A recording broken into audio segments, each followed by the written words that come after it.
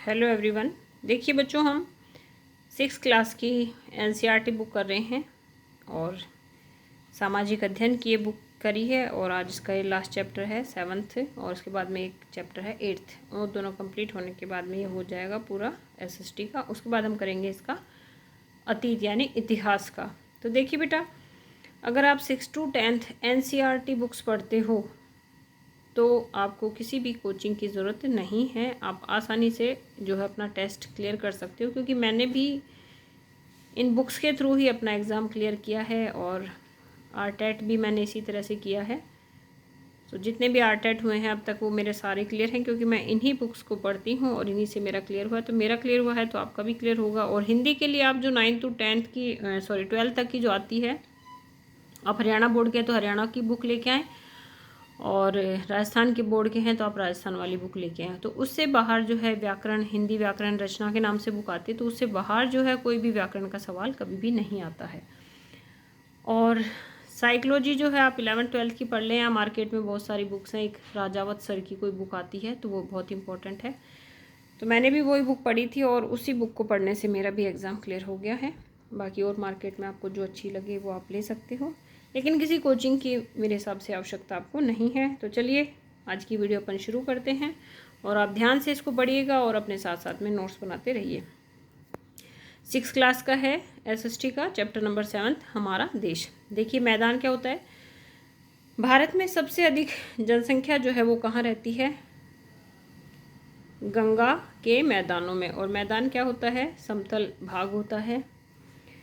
फिर है भारत का क्षेत्रफल, आप सभी को पता है, जो नए बच्चे हैं उनको भी देख लें आप, 32.8 लाख वर्ग किलोमीटर है और उत्तर से दक्षिण 3200 किलोमीटर है और पूर्व से पश्चिम जो है 2900 किलोमीटर है। और ये इसकी स्थिति है, उत्तर में हिमालय है, पूर्व में बंगाल की खाड़ी, पश्चिम में अरब सागर और दक्षिण में हिंद महासागर। फिर है 2011 में भारत की आबादी थी 120 करोड़ से अधिक। भारत के मध्य से गुजरती है कर्क रेखा 23.5 डिग्री। प्रत्येक 1 डिग्री देशांतर से स्थानीय समय में कितना अंतर आता है? तो 4 मिनट का अंतर आता है।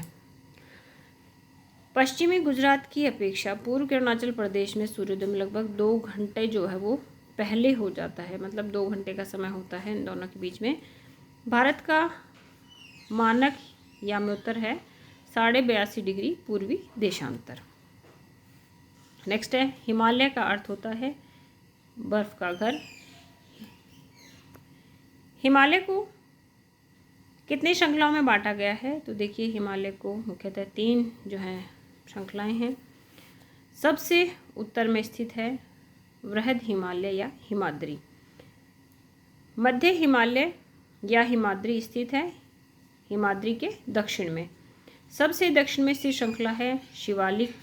उत्तर का मैदान स्थित है हिमालय के दक्षिण भाग में और भारत के पश्चिम में स्थित है भारतीय महामरुस्थल।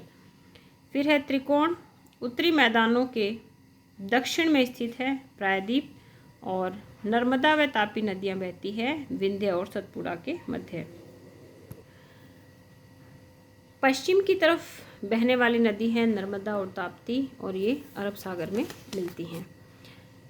पश्चिम में है पश्चिमी घाट या सह्याद्री एक समान और पूर्व में है पूर्वी घाट टूटा फूटा। ठीक है, तो जो पश्चिम का घाट है आप देखो भारत का मैप तो वो बिल्कुल सीधा दिखता है और अगर हम पूर्व की देखें तो इस तरह से थोड़ी सी नीचे आके कट की डिज़ाइन बनी हुई है। सुंदरवन डेल्टा स्थित है गंगा व ब्रह्मपुत्र के मुहाने पर। देखिए जब हम बहुत छोटे थे तब ये एग्ज़ाम जो है आते थे बीएड के एग्ज़ामों में। भारत में कितने द्वीप समूह हैं? तो देखिए भारत में लक्षद्वीप है और अंडमान है। ठीक है, नेक्स्ट भारत जलवायु वनस्पति तथा प्राणी, ये लास्ट चैप्टर है इसका एसएसटी का। उसके बाद हम जो है हिस्ट्री का शुरू करेंगे। मौसम क्या होता है? वायुमंडल में दिन प्रतिदिन होने वाला परिवर्तन क्या कहलाता है? मौसम। और इसमें तापमान, वर्षा तथा सूर्य की विकिरण शामिल होती हैं। भारत में प्रमुख मौसम होता है। ठीक है, तो देखिए भारत में किस तरह से मौसम है। दिसंबर से फरवरी तक ठंडा मौसम सर्दी, मार्च से मई तक गर्म मौसम गर्मी, जून से सितंबर दक्षिणी पश्चिमी मानसून वर्षा का, और अक्टूबर से नवंबर तक का होता है मानसून लौटने का समय, जिसे बोलते हैं शरद। अक्टूबर और नवंबर को शरद बोलते हैं। ठीक है, इन दिनों में शरद पूर्णिमा भी आती है, अगर आप लोगों ने नाम सुना हो तो। शीत ऋतु में सूर्य की किरणें पड़ती हैं, सीधी नहीं पड़ती हैं। ठीक है, ग्रीष्म ऋतु में सूर्य की किरणें पड़ती हैं सीधी।